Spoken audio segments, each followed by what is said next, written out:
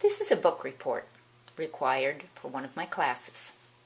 Just wanted to bring some good reminders of when you were a kid and you used to play with crayons and how much fun it was to play with them, to break them if you wanted to, having a bad day, to smell them, and just to have fun with them. Learning was fun.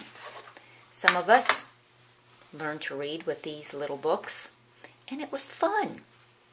And then all of a sudden the pressure of learning was a little more than some of us could handle. But as adults, learning is really, really fun. This is our book report for an adult education class. The name of the book that I read and reviewed was Intentional Changes, A Fresh Approach to Helping People Change.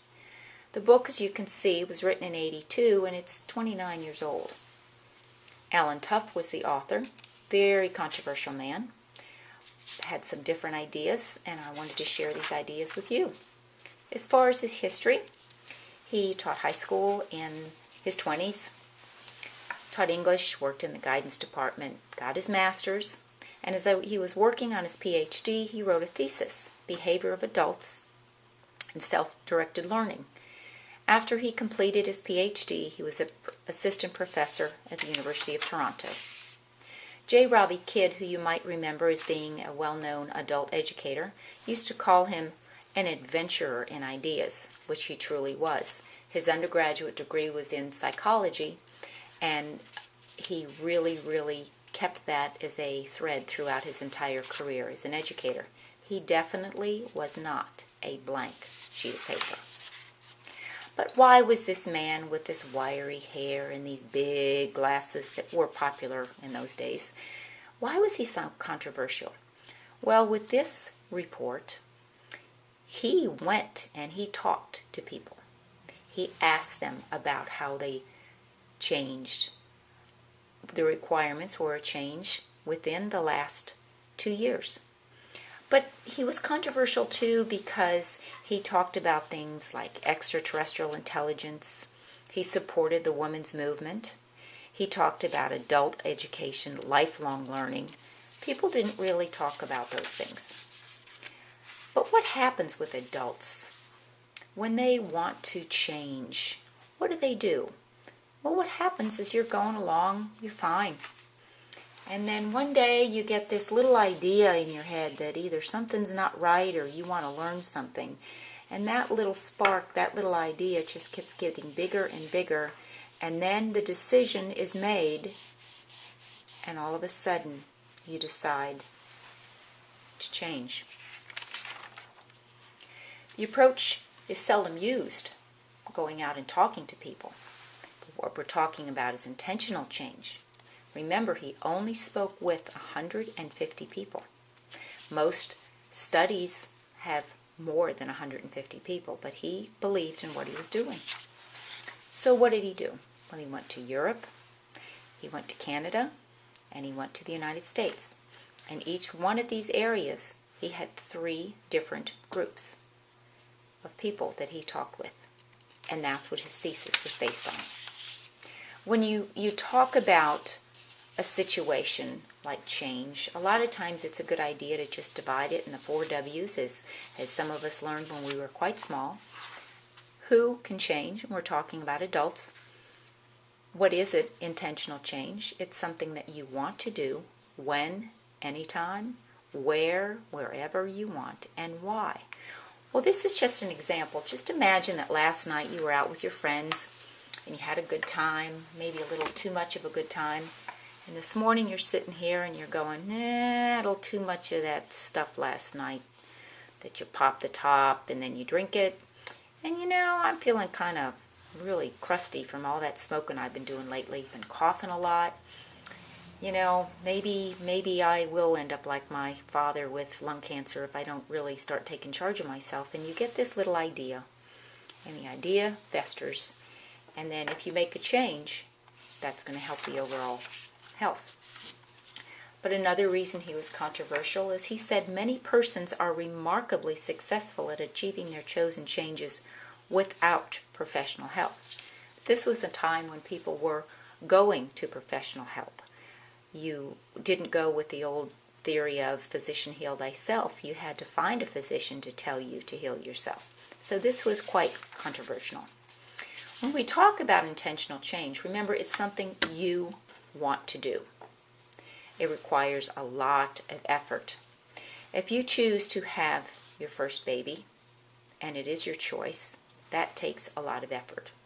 If you choose to have the child and raise the child, that takes an extraordinary amount of effort. But this may be a change that you chose. If you're an adult and you're going to school, this is something you are choosing to do, even if your employer says you have to. Overall, when you sign the papers and pay the money or get the loan to go to school, that's your choice. That's intentional. You may want to change your job. You may want to start walking, running, doing some form of exercise. It's your intention. You may say, I want to learn something. I'm terrified of the water. And you go and you take a swimming class and you finally learn how to swim. And then you learn how to flip the page. 2 requirements. These changes had to be completed in 2 years. They had to choose it, and they had to take the action. A lot of times people will say, okay, I'm going to lose 50 pounds, and the only reason they are doing it is because their doctor said your blood pressure's out of sight, you're going to have a stroke. So that's not the change that we're speaking of. Again, this man was controversial. He used to make statements about, well, if a certain thing happened to you, whether it was accidental or a chance event, you chose that. That was very controversial when he wrote this book. He also used to talk about ongoing subconscious stream of events that go on during our life. Trance states, mystic cosmic union experiences, and all these things people would just basically turn him off and not even listen to what he said because of his other statements. The theme in this book, there were a few. Number 1, what he found was that 80% of the people that had the goal, that wanted to change, reached that. The second was the benefits. 51% of these people said that they not only received benefits, but their families, their friends, and their employers attained benefits from their change. The one that I found interesting was the importance of changing a person. The fact is that if you're sitting there thinking about a change or right in the middle of a large event in your mind or in your life that's changing, you have to do 70% of the work. You have to choose it, you have to plan for it, and you have to implement it. If you don't plan, if you jump in blind, you're not going to be as successful. So you choose the change, you plan for it, you implement it, and then remember, 80% are successful. Another thing that they talked about were difficulties and obstacles, because several percentages had difficulties and obstacles and they gave up. Your obstacle, when you see it, is it a mountain? Do you go through it, around it, or do you say, I can't go into it? Some people think that they can't do math. Some people think that they cannot write. Is that a difficulty and an obstacle that you're going to give up trying? What are you going to do? If you fall down a flight of stairs, what do you do? Baby number 2 or 3 may not be what you planned on, but it's an obstacle at the moment, but you will learn to deal with it. If you get a D- on a master's level class, what is that going to do? If you get the pink slip at work, how do you deal with it? If your car all of a sudden starts blowing this black smoke, and you know, oh boy, here we go again, what are you going to do? A 911 call to a hospital with a large hospital bill. Do you give up? What he found by talking with all these 150 people was that they needed help. And he thought the best strategy, goal setting, and helping these people get around the obstacles in their life. He did have a vision. This man with the wiry hair and the big glasses. The first was to help manage change. This was long before, remember, the internet was available in your homes. So he said, get tapes, watch TV, get in groups, work study, go to lectures, form work groups, help goal planning, learn how to write your short-term and your long-term goals for your life.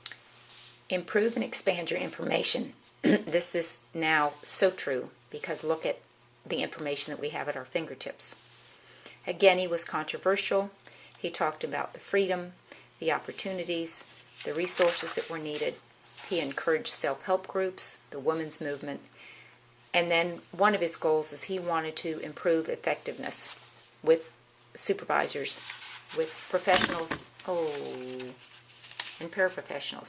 So see, that's moving the camera, and I could get all upset about this, but I learned in school to just deal with it and keep going. So I'm dealing with it and keeping going. This was a change that was implemented when I had to learn it, and it was my choice. So I'll keep going. Last statement, adult educators can learn Tufts' intentional change ideas to help them in their own way, in their own lives and in their professional lives, to be a successful change agent. The book is worth reading. It was difficult to find. Could not find it at my college library. Could not rent it. It was on Amazon.com, but guess what? It was on his website. So AlanTuff.com is a great resource. Jody Lowry, signing off, University of South Florida, fall 2001. 11.